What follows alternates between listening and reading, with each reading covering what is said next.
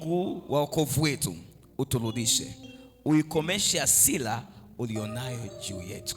Kama anasema uturudishe, means kuna mahali tulikwepo pasipo sahihi. Kuna njia tulikuwa tunaelekea tukihisi ni njia ya uzima, kumbe ni njia ya mauti. Mungu anaweza akawa na hasira na wewe sio kwa sababu ya makosa yako. Mungu anaweza akawa na hasira na wewe kwa sababu ya hasira yake juu ya nchi, juu ya ardhi. Ndio maana Isaya akasema, mimi nimezungukwa na watu wenye midomo michafu. Kumbe Mungu anaweza akawa na hasira na wewe kwa sababu ya watu waliokuzunguka. Biblia inasema utakeni mji ule amani, ili mji ule ukiwa na amani nanyi mkao ndani yake mtakuwa na amani. Kwa hiyo kama Mungu ana hasira juu ya mji, ana hasira juu ya mtaa wa Ujasi, juu ya Ngong'ona, sisi tunaokaa ndani yake na sisi tumekasirikiwa. Kwani hivi unadhani Israeli hakukuwa na watakatifu wakati Mungu anaipiga kwa mapigo? Wakati Mungu anazuia mvua isinyeshe miaka 3.5, unadhani hakukuwa na watu wema? Hadi manabii yani manabii walikuwa wanafichua vyakula wanafanya kuletea kwenye mapango. Hasa wale watu wa Mungu, mbona Mungu anaadhibu? Siku moja Mungu hasira yake iliwaka juu ya wana wa Israeli walivyokuwa jangwani. Alafu akamwambia Musa, na kifutilia mbali hichi kizazi chote, ninakuachia kizazi chako tu na nitakufanya mtu mkuu. Musa akamwambia Mungu, iondoe hiyo hasira yako ikae mbali. Biblia inasema na wapatiliza nini? Wana maovu ya baba zao. Kwa vizazi vinne. Mungu wa wokovu wetu. Kwa nini? Mungu ni Mungu wa kuokoa, na njia za kutoka mautini zina yeye. Yeye Mungu ndiye anaweza kukomesha hiyo hasira, na Mungu ndio Mungu anayeweza kutuokoa. Leo tunaenda kumwambia Mungu, wewe Mungu wa wokovu wetu, uturudishe panapo nafasi zetu. Lakini pia wewe Mungu ukomeshe hasira yako. Hiyo hasira iliyowaka kwenye ukoo wa Kabelege uikomeshe. Hiyo hasira iliyowaka kwenye ukoo wa Mwakindi uikomeshe. Hiyo hasira iliyowaka kwenye ukoo wa Mpome uikomeshe. Hiyo hasira iliyowaka kwa kina Buchuli uikomeshe. Utajuaje kuwa kuna hasira ya Mungu? Moja kati ya hasira ya Mungu kwa Mungu hajaweka mkono juu ya hiyo familia. Kuna laana zinazofanana, tabia zinazofanana, mwenendo unaofanana, maisha yanayofanana, mikwamo inayofanana. Watu wote rehema za Mungu haziko kwenye hiyo familia. Bado hasira yake inawaka juu ya hiyo familia. Lakini sisi leo tunasimama mahali palipobomoka. Tunasimama kama wapatanishi. Tunasimama kama makuhani katika zamu ya ukuhani. Na zamu yenyewe ndio hii zamu ya mwezi wa 8. Namba 8 ni namba ya upya, ni namba 1. Bwana Yesu asaidie sana. Sema, Mungu wa wokovu wangu, uturudishe mimi na familia yangu, mimi na ukoo wangu, mimi na kanisa langu, mimi na taifa langu. Uturudishe kwenye nafasi ulizotuimbia. Uturudishe kwenye mema ya nchi. Uturudishe. Mungu wa wokovu wetu, uturudishe, uikomeshe hasira yako iliyowaka juu yangu, iliyowaka juu yangu, iliyowaka juu yangu, iliyowaka juu yangu, iliyowaka juu yangu. Sema, Mungu wa wokovu wetu, Mungu wa wokovu wetu, Mungu wa wokovu wetu, Mungu wa wokovu wetu, Mungu wa wokovu wetu, Mungu wa wokovu wetu. Wewe ni Mungu wa kuokoa, wewe ni Mungu wa kuokoa, wewe ni Mungu wa kuokoa, wewe ni Mungu wa kuokoa. Na njia za kutoka mautini, na njia za kutoka mautini zina wewe, na njia za kukomesha hasira yako zina wewe, na njia za kuondoa laana, na njia za kuondoa zina wewe, na njia za kuondoa mikosi, na njia za kuondoa mikosi kwenye familia yangu, zina wewe. Mungu wa wokovu wetu, uturudishe, uikomeshe hasira yako inayowaka juu yetu, inayowaka juu yetu, inayowaka juu ya kanisa, inayowaka juu ya Ngong'ona, inayowaka juu ya Dodoma, inayowaka juu ya Tanzania, inayowaka juu ya ukoo wangu, inayowaka juu ya mahusiano yangu, inayowaka juu ya ndoa yangu. Mungu wa wokovu wetu, uturudishe, uikomeshe hasira yako juu ya maisha yangu. Fungua kinywa chako and pray. Wingi wa huruma zako komesha hasira yako inayowaka kama moto kwenye ukoo wangu, inayowaka kama moto kwenye jamii yangu, inayowaka kama moto kwenye ukoo wangu. Uikomeshe hasira yako inayowaka kulibaya juu ya familia yangu.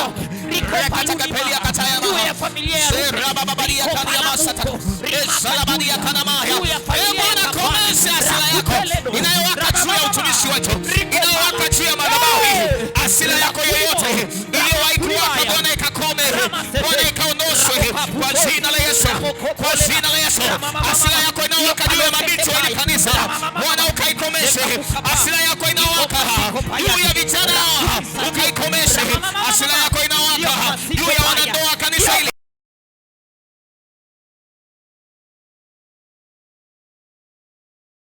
komesha hasira zako juu Bwana ya mashoga, juu Bwana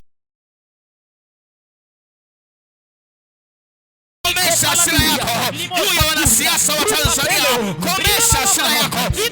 Mungu wokovu wetu, open up your mouth, nikomeshe hasira yako inayowaka juu ya familia ya omba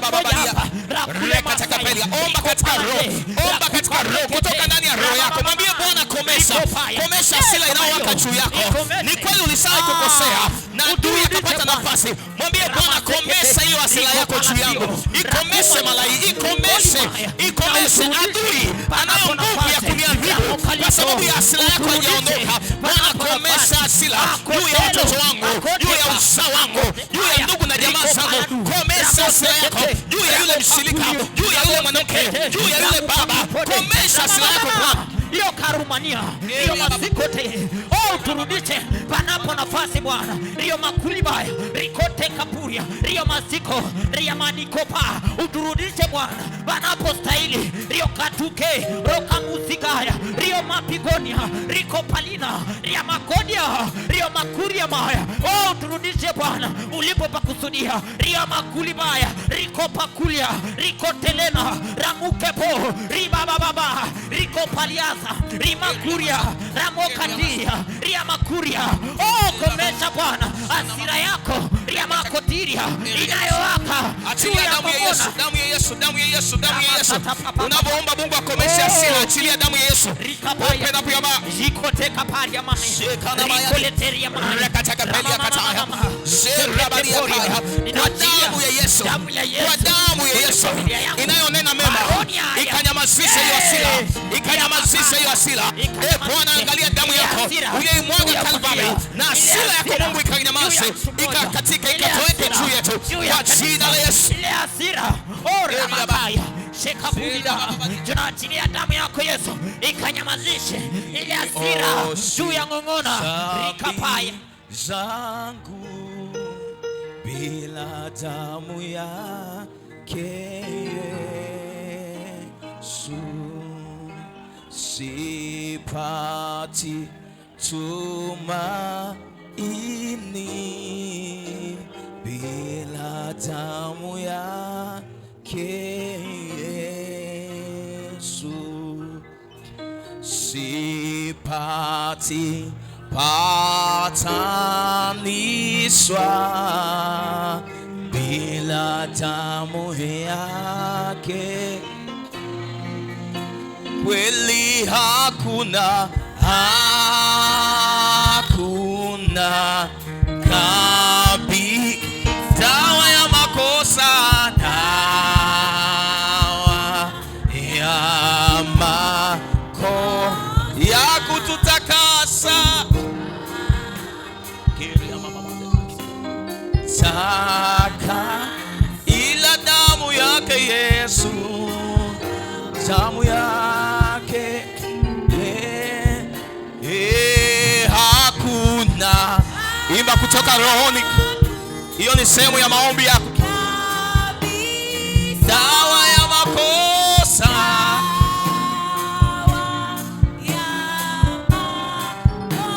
ya kututakasa, hata hasira ya Bwana ikaondoka juu ya maisha yetu, ila damu yake Yesu peke yake, ila damu yako Yesu,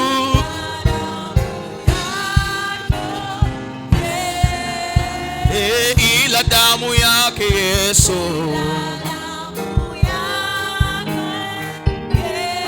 kweli ila damu yake Yesu,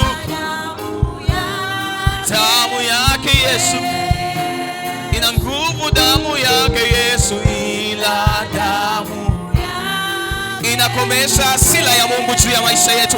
Hiyo damu yake Yesu, hiyo damu yako tunaipenda damu yako Yesu, hiyo damu yako Yesu inanyamazisha hasira, damu yako Yesu inaondoa laana, hiyo damu. Unaweza kuiadhimisha damu ya Yesu kwa makofi mazuri. Nasema iadhimishe damu ya Yesu inayokomesha hasira ya Mungu juu ya maisha yako. Adhimisha damu ya Yesu inayokomesha hasira ya Mungu juu ya familia yako. Adhimisha damu ya Yesu inayokomesha hasira ya Mungu juu ya taifa letu. Adhimisha damu ya Yesu. Open up your mouth. Open up your mouth. Area baba bayari. Shekataka pali ya maya. Rekateli ya maya. Damu yako Yesu inanyamazisha hasira yako. Damu yako Yesu inanyamazisha hasira ya baba. Damu yako Yesu inafuta laana za ukoo wote. Damu yako Yesu inaondoa nguvu ya uovu wote. Hiyo damu yako. Keria bahaya. Keria masata kapalia. Hiyo damu yako inaleta tumaini tena ndani yetu. Hiyo damu yako inaondoa ghadhabu na kuleta furaha tena. Shera baba badia. Inaondoa uchungu na kuleta raha tena. Damu yako Yesu. Mstari wa 7 Biblia inasema, Bwana utuonyeshe rehema zako, utupe wokovu wako. Bwana utuonyeshe rehema zako, utupe wokovu wako. Biblia inasema ni huruma za Mungu hatuangamii. Rehema za Mungu mimi tulipostahili kuangamia hatuangamii, maana rehema za Mungu zinatuongelea. Kazi ya rehema za Mungu ni kukuongelea usipostahili kuongelewa. Unastahili adhabu, lakini rehema za Mungu zinasema hapana, huyu ni mwanangu, huyu ni mteule wangu. Rehema za Mungu ni rehema na huruma za Mungu asituangamii. Kwa hiyo anasema Bwana utuonyeshe rehema zako. Kwa nini anasema utuonyeshe? Maana tunataka tuzione hizo rehema zikifanya kazi kwenye biashara zetu, kwenye kazi zetu, kwenye huduma zetu, kwenye mahusiano. Tuone rehema. Kama watu wote kwenye familia waga wanaachika, basi wewe uone rehema ukae kwenye ndoa. Kama waga wanazalia nyumbani, basi Mungu akuonyeshe rehema wewe uzae ukiwa ndani ya ndoa. Lakini tunaposema kwa Mungu atuonyeshe rehema, misi rehema zinaenda mbele zetu. Wakati adui anasimama na kutushtaki, rehema zinasema hapana, huyu hastahili kushtakiwa. Hastahili kushtakiwa kwa sababu nilimwaga damu kwa ajili yake. Do you understand? Unaelewa nguvu ya rehema za Mungu? Rehema za Mungu. Ulishaenda kwa waganga, ukashakunywa, ulishachanjwa machale yote. Na unajua chale ni kama antena vile. Yaani ukishachanjwa chale moja kwa mganga, wewe ni antena, wanakuona, wanakuskani. Uko kwenye kilinge hata kama uko mjini. Lakini kwa rehema za Mungu hatuonekani kwenye lada zao. Wakitutafuta hatuoni tena. Ni rehema za Mungu.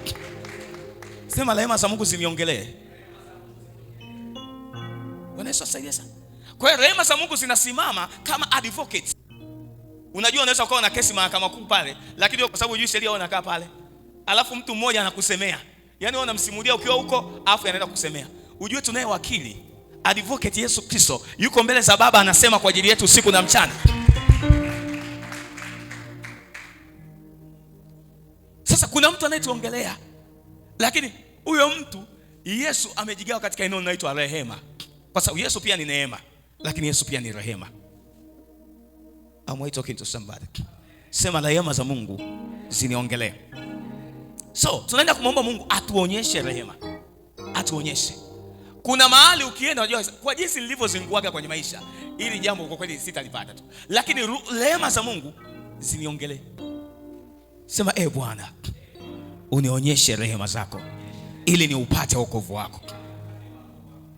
Unajua wokovu ni nini? Wokovu ni kutolewa kwenye hatari. Mtanielewa? Hauwezi kunielewa na mimi sasa hivi sitaki kunielewa. Lakini sisi tunajua nguvu ya rehema za Mungu zinavyojua kutuongelea. Lazima tumwambie Mungu. Unajua katika ulimwengu wa roho kuna sauti inasema huyu hawezi kuolewa. Wewe unadhani kama hakuna sauti inayoongea ya rehema za Mungu, huwezi kuolewa my dear. Watakuja wachumba, ikikaribia siku ya kuolewa, ya kuja kutoa posa, ya kukuchumbia, wewe mwenyewe unalianzisha. Vagi unalianzisha mwenyewe. Shida sio wewe. Shida katika ulimwengu wa roho kuna stop order.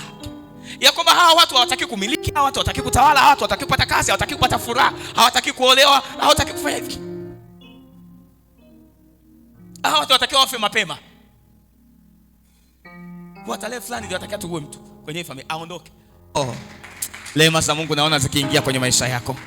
Nasema rehema za Mungu naona zikiingia kwenye hiyo familia. Sema Bwana, ruhusu rehema zako ziniongelee. Yesu, Bwana Yesu. Bwana Yesu, Bwana Yesu. Kuanzia tarehe ya leo, rehema zako ziingie kazini. Ziingie kazini. Kwenye kila eneo. Nikaone rehema. Kwenye ndoa, kwenye biashara, kwenye uchumi, kwenye utumishi, kwenye kazi, kwenye uzao, kwenye afya. Rehema zako ziingie kazini. Fungua kinywa chako, omba, omba, omba, omba, omba, omba. Ruhusu hizo rehema za Mungu ziingie kazini, zikakuongelee wewe na nyumba yako, zikakuongelee wewe na mahusiano yako, zikakuongelee wewe na utumishi wako. Open up your mouth. Open up your mouth. Shera baba badia. Rekataka pe. Shera badia baba. Omba, omba, omba, omba, omba. Rehema zako Bwana. Rehema zako Bwana. Shera mama mama de. Rekataka peli ya maya. Rehema zako Bwana ziingie kwenye ukoo wa Kabelege. Rehema zako ziingie kwa mdogo wangu Pendo Kabelege. Rehema zako ziingie Bwana. Ziingie kazini. Ziingie kazini. Zinyamazishe sauti za uharibifu. Zinyamazishe sauti ya magonjwa. Zikanyamazishe visasi, zikanyamazishe malipizi, zikanyamazishe roho fatilizi. Rehema zako ziniongelee, rehema zako ziniongelee, rehema zako ziniongelee. Zikanitenge na hiyo miungu, zikanitenge na hiyo mishimu, zikanitenge na hiyo matambiko. Rehema zako, omba, omba, omba. Shera baba badia baba. Rekatike peli ya kataya. Aserebedia siataya. Rekatalia bahaya. Ulitoaga mimba. Rehema za Bwana zikuongelee. Zikuongelee. Zikuongelee. Zikuongelee. Ulimtukanaga mtu na kumdharau kwa sababu ya maumbile yake. Rehema za Bwana zikuongelee. Rima kuri ya bahaya. Repapa pasaka kapalia. Rekatike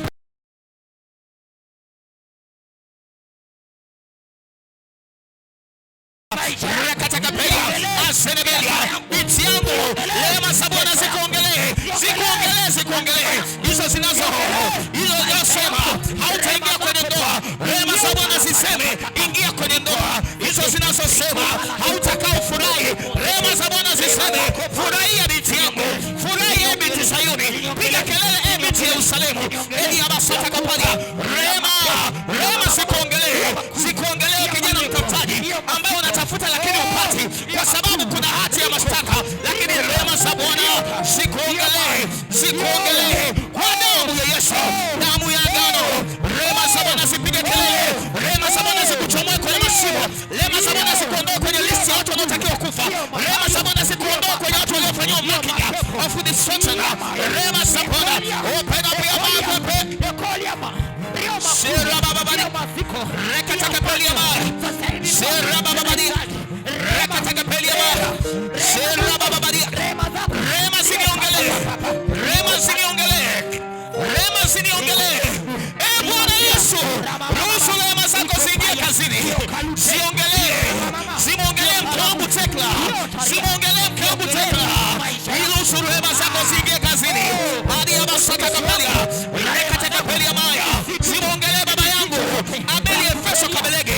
Zimwongelee mama yangu Evelina Israeli Chawike. Rehema zimwongelee. Rehema zimwongelee mdogo wangu. Rehema zimwongelee kaka yangu Hosea. Rehema zimwongelee mashangazi zangu. Zimwongelee shangazi zangu. Zimwongelee mashangazi zangu. Zimwongelee mama zangu wadogo. Rehema zimwongelee. Omba, omba, omba, omba, omba, omba. Rehema zako Bwana ziongelee biashara ya baba. Ziongelee mama mama deria baba. Rehema za Mungu zikaongelee. Zikaongelee hiyo kazi yako. Rehema za Mungu zikakuletea wateja. Rehema za Mungu zikaconnect na destiny helpers. Rehema za Mungu zikapigana na zao pigana wewe. Rima kuri ya bahaya. Rehema za Mungu zikaliongelea kanisa letu la utimilifu wa Kristo. Rehema za Mungu zikapiga kelele. Rehema za Mungu zikawa ni bango la matangazo la kanisa letu. Rehema za Mungu zikawa ni flyers. Rehema za Mungu zikawa ni posters. Kedi ya basaya. Rikatalia. Anderi ya bakulia. Isha takapa. Reketelia.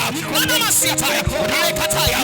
Bwana, rehema zako ziniongelee mimi. Siwezi bila rehema zako. Nachoka bila rehema zako. Nashindwa bila rehema zako. Nakata tamaa bila rehema zako. Naona vizuizi bila rehema zako. Naona bila rehema zako.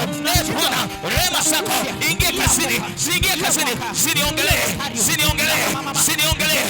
Bwana, rehema zako zimsemee huyo binti ambaye adui amesema hataolewa. Bwana, leo tunatuma rehema zako ziingie kazini, aolewe naye, aolewe, aolewe, aolewe. Lakini rehema za Bwana zimuongelee, zimuongelee, zimuongelee huyo kijana, zimuongelee, zimuongelee. Rehema za Bwana zikakate kiu ya bange kwa vijana. Rehema za Bwana zikakate kiu ya pombe kwa vijana wa makanisani. Rehema za Bwana zikakate kiu ya tamaa za mwili kwa jina la Yesu, kwa jina la Yesu. Rehema, not by power, not by might, but by the grace and the mercy of God. Rehema zako, rehema zako nalo nilipewa, ndipo anaponifungua kwa Kalvari.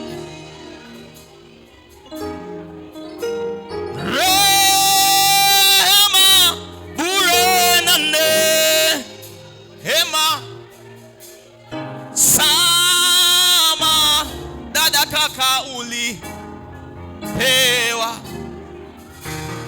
ndipo alipokufungua kwa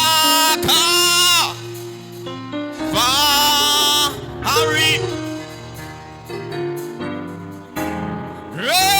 Rehema bure na neema sama nalo tumepewa, ndipo alipotufungua kwa Kalvari.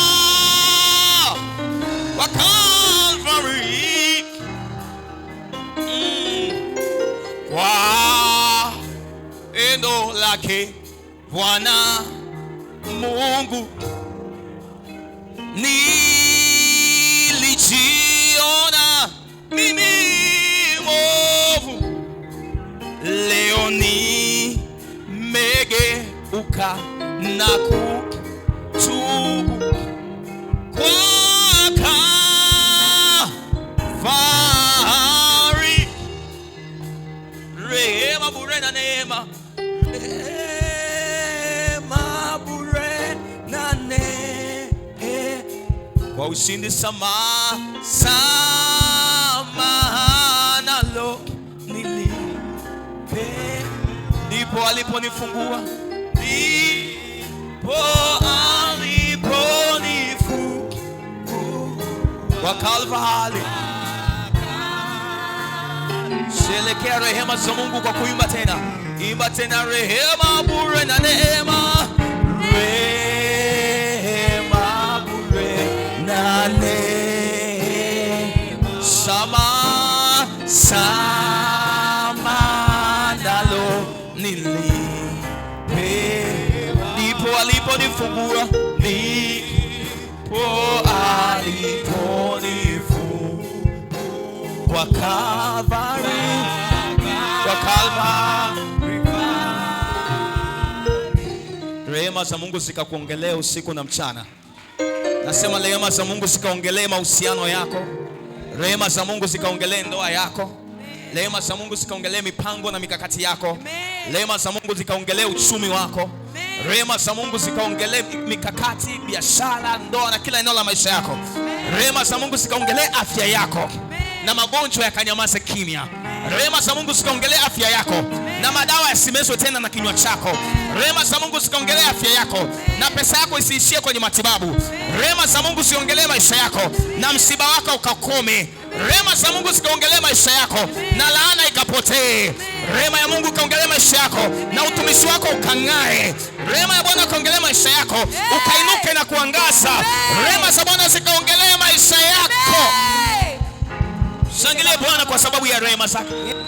Nasema mshangilie Bwana kwa sababu ya rehema zake. Oh, mshangilie Bwana kwa sababu ya rehema zake. Ninaona rehema za Mungu zimemwongelea mtu mmoja mahali hapa. Kama ni wewe unaweza kumshangilia Bwana kwa sababu ya rehema zake. Glory, glory, glory, glory. Hallelujah, hallelujah. Mimi naona rehema za Bwana zimemwongelea mtu. I don't know sijui ni nani, lakini kuna mtu rehema za Bwana zimemwongelea. Zimemwongelea, zimeondoa ile mipaka, zimeondoa ile vizuizi. Rehema za Bwana zimeingia kazini kwenye maisha yako. Rehema za Bwana, shangilia rehema za Bwana. Oh, glory be to God. Oh!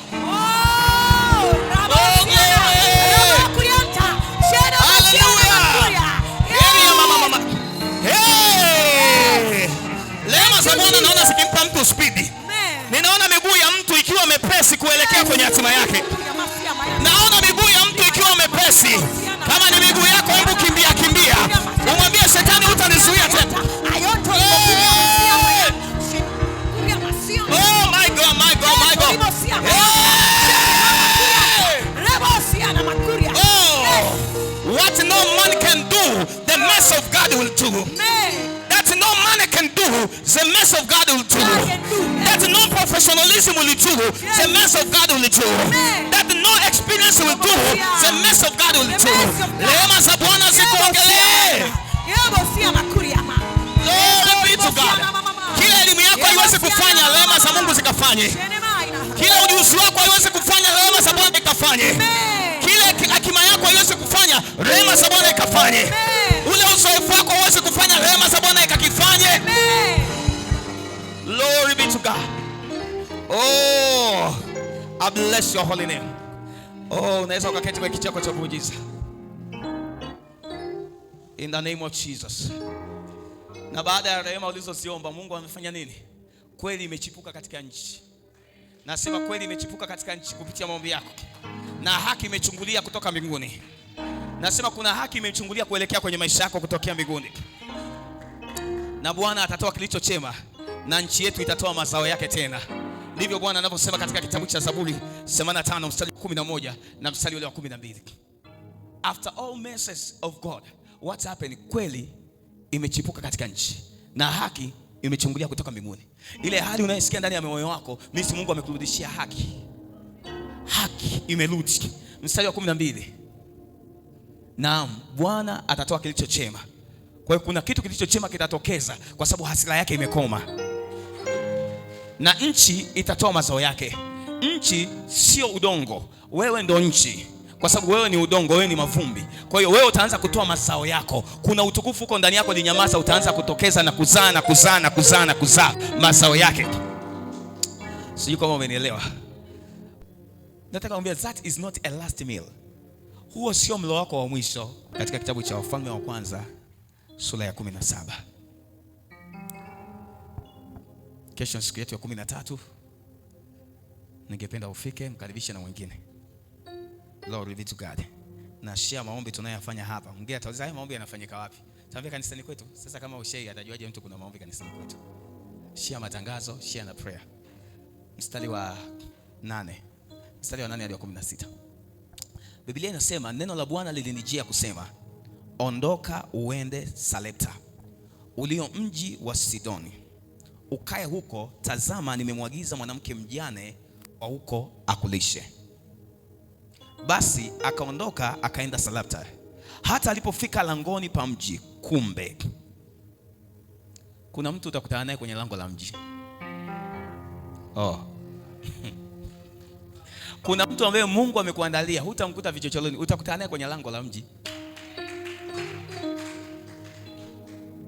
Na niendelea kuwafundisha namna ya kupokea neno la Mungu. Sio kwa hisia, kwa akili na kwa uelewa. Bwana Yesu atusaidie sana. Basi akaondoka akaenda Sarepta. Hata alipofika lango la mji, kumbe mwanamke mjane alikuwepo akiokota kuni. Akamwita akamwambia, niletee na kuomba maji kidogo chomboni nipate kunywa. Alipokuwa akienda kuleta, akamwita akasema, niletee na kuomba kipande cha mkate mkononi mwangu. Naye akasema, kama Bwana Mungu wako aishivyo, sina mkate ila konzi ya unga katika pipa na mafuta kidogo katika chupa. Nami ninaokota kuni 2 ili niingie nijipikie nafsi yangu na mwanangu, tuule tukafe. Elia akamwambia, usiogope. Na mimi nakwambia enenda ukafanye kama ulivyosema, lakini unifanyie kwanza mkate mdogo ukaniletee, kisha ujifanyie nafsi yako na mwanao. Kwa kuwa Bwana Mungu wa Israeli asema hivi, lile pipa la unga halitapunguka, wala ile chupa ya mafuta haitaisha, hata siku ya Bwana atakapoleta mvua juu ya nchi. Basi akaenda akafanya kama alivyosema Elia nabii wa Bwana, na yeye mwenyewe na Elia na nyumba yake wakala siku nyingi. Sema nitakula siku nyingi. Lile pipa la unga halikupunguka, wala ile chupa ya mafuta haikuisha, sawa sawa na neno la Bwana alilolinena kwa kinywa cha mchungaji Kaberege.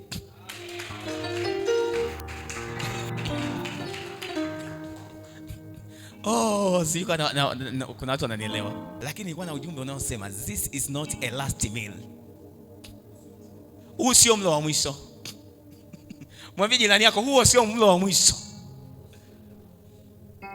Naona hujamwambia vizuri. Nasema mwambie jirani yako, huo sio mlo wa mwisho.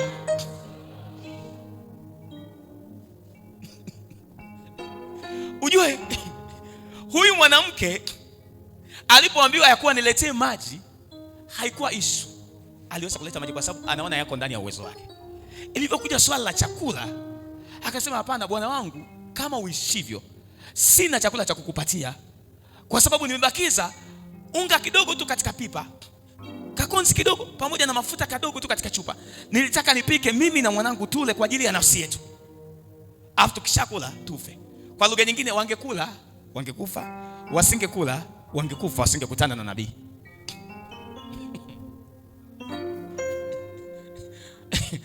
Mwambie jirani yako, unamhitaji nabii akusemee neno. Leo nimekuja kuongea na maisha yako ya kuwa kapu lako halitapungua, wala mafuta yako hayatakoma. Mafuta yako ya kiroho na ya kimwili hayatapungua hata siku ya kuja kwake Bwana. This is not a last meal. Huu sio mlo wako wa mwisho. Ni kweli mvua imekoma, ni kweli kwenye nchi kuna ukame, ni kweli hakuna dalili ya kupanda wala kuvuna, na hadi watu wanakula watoto wao wenyewe kuwazaa, wanawakatakata vipande wale. Ni kweli watu wanakula hadi mavi ya njiwa, ni biashara.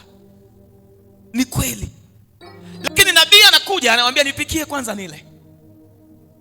Nabii hakusema kwa sababu anataka, kwa sababu Bwana alimwambia utakutana na mjane kule Selepta. Huyu mjane utakayekutana naye utakula utakunywa katika hizo siku zote za ukame. Mwanamke akasema huu ni mlo wangu wa mwisho. Lakini nabii akamwambia huo sio mlo wa mwisho. Kuna mtu anasema kwamba yani mimi kwa kweli hii wiki ya mwisho, yani nisipopata mpenyo bora niondoke huko mji. That is not your last day. I tell you, God will make a wonder in your life. Mungu atafanya muujiza. Sijui kama unanielewa. Ninajua ni mgumu kuelewa kama huyu mwanamke, sababu hata naye alijitetea. Najua ni magumu, hivyo magumu ya meze. Sababu hata huyu mwanamke sidhani katika hali ya kawaida angeweza kumuelewa nabii. Alafu nabii alivyokuwa anajipenda. Mwanamke mwenyewe sasa ukajia nafsi yangu na mwanangu. Yeye akasema kwanza nipe mimi kwanza, alafu nikishashiba ndipo utampikia. Sasa nitapika nini wakati nimeshachukua unga wote? Nataka kuambia that is not a last meal. Huo sio mlo wako wa mwisho. Hiyo sio 10,000 yako ya mwisho kuimiliki. Hiyo sio 100,000 yako ya mwisho kuimiliki. Hiyo sio 1,000,000 yako kuimiliki ya mwisho. I'm talking to somebody here. Am I talking to somebody? Sijui hali ya huyu mwanamke wakati anapika ilikuwaje, lakini mwenye haki wangu ataishi kwa imani. Na sasa huyu mwanamke alikuwa ni mwenye imani, ndio Mungu alimdirect Elia direct kwa mwanamke tena mjane. Akasema nenda kwa mwanamke mjane kule wa Selepta hadi mtaki. Mungu toka mbinguni anachungulia ili aone kama yuko mtu mwenye haki duniani amtafutaye. Afu yule mtu akimtafuta, Mungu atamsurprise siku za mapito yake. Kwa Elia aendi kwa mtu kwa kugesi, anaenda kwa mwanamke huyu kwa sababu Bwana amesema nenda. Na je, wewe Mungu hujui huyu mwanamke ya kuwa na konzi ya unga kidogo? Haujui ya kuwa na chupa ya mafuta ndogo? Mungu anajua, lakini Mungu wetu ndio utoshelevu wetu. Mungu anafanyaga zaidi ya tuyaombayo na tuyawazayo kwa kati ya nguvu inayotenda kazi ndani yetu. Huyu mwanamke alivyokuwa na ile nguvu ya imani, alipoamini tu, alipoanza kupika tu, mwanamke kuangalia pipa limejaa, kuangalia chombo cha mafuta kimefulika, mwanamke anasema ngoja nimeendelea tu kupika na kumwandalia huyu mtumishi wa Mungu vizuri. Elia akala naye akapika, na Biblia inasema hapa, kwa kuwa Bwana Mungu wa Israeli asema hivi, lile pipa la unga halitapunguka, wala ile chupa ya mafuta haitaisha, hata siku ile Bwana atakapowaletea mvua juu ya nchi. Hii inaitwa kuruzukiwa na Mungu, ruzuku ya Mungu. Sema huu sio mlo wangu wa mwisho. Hata leo nataka niseme, hata huu mlo tuliokula wa neno la Bwana sio wa mwisho. Mungu atatupa chakula hadi siku ya kurudi kwake Yesu. Tutakula katika nyumba ya Mungu, neno lake halitakauka katika nyumba hii. Kupitia yoyote atakayesimama hapa atakuwa neno la Bwana. Unanielewa vizuri? Yoyote atakayesimamia maombi hapa wiki zinazokuja atasimamia kwa upako ule ule na kunizidi. Na kunizidi. Kwa nini? Pipa halitapunguka na chupa ya mafuta haitakauka, hata ile ije siku, ile siku ambao tutakuwa mwaliko mkuu wa malaika. Hatutapungukiwa na neno la Bwana katika nyumba hii. Hata kama pastor nikisafiri miezi 4, neno la Bwana litapunguka, na kalama zilizojificha za watu zitafichuka. Yesu asaidie sana. Biblia inasema basi akaenda akafanya kama alivyosema Kabelege.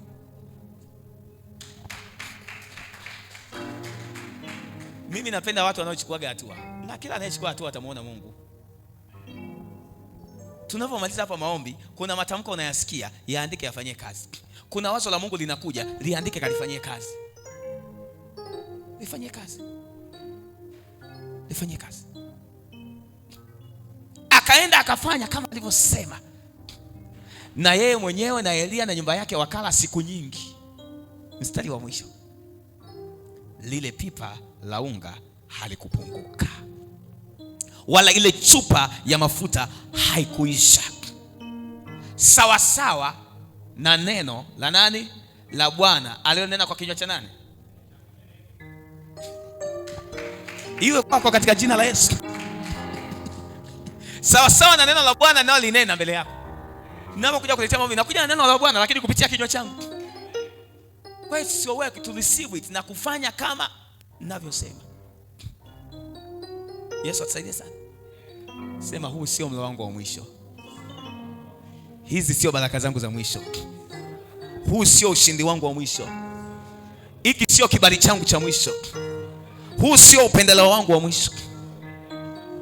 Iwe kwako katika jina la Yesu. Nasema tena iwe kwako katika jina la Yesu. Nasema iwe kwako katika jina la Yesu. Naongea na mtu hapa ambaye anaamini mlo wake huo ni wa mwisho. Yamkini nimezungumza kwa habari ya mlo, chakula, lakini kuna mwingine anasema kama haya mahusiano ya kifeli ndio siolewi, ndio sitaoa tena. Mlo wa mwisho.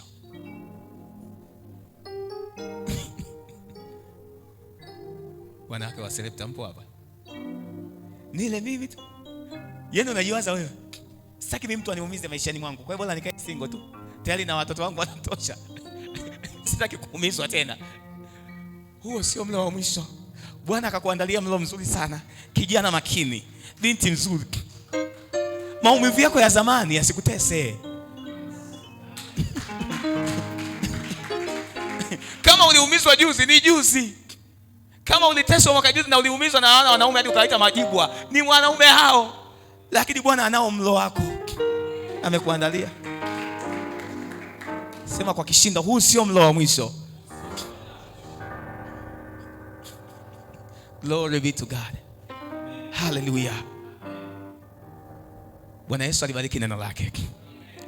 Huu sio mlo wa mwisho. Pipa lako halitapunguka,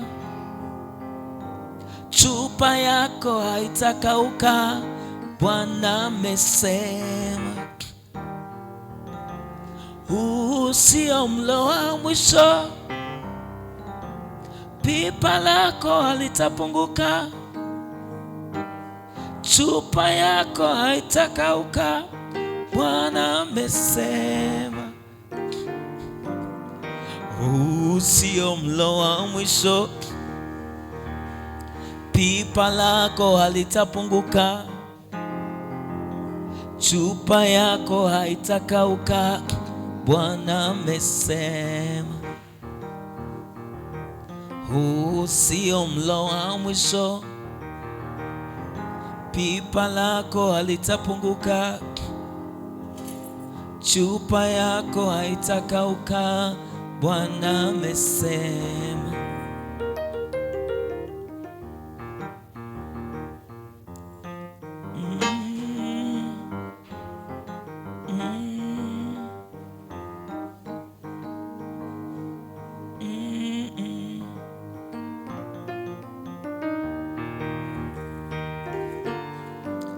Nitaenda fanya kama ulivyosema, nitamjaribu, Bwana atafanya. Pipa langu halitapunguka, chupa yangu haitakauka, Bwana amesema. Pipa langu halitapunguka, chupa yangu haitakauka, Bwana umesema.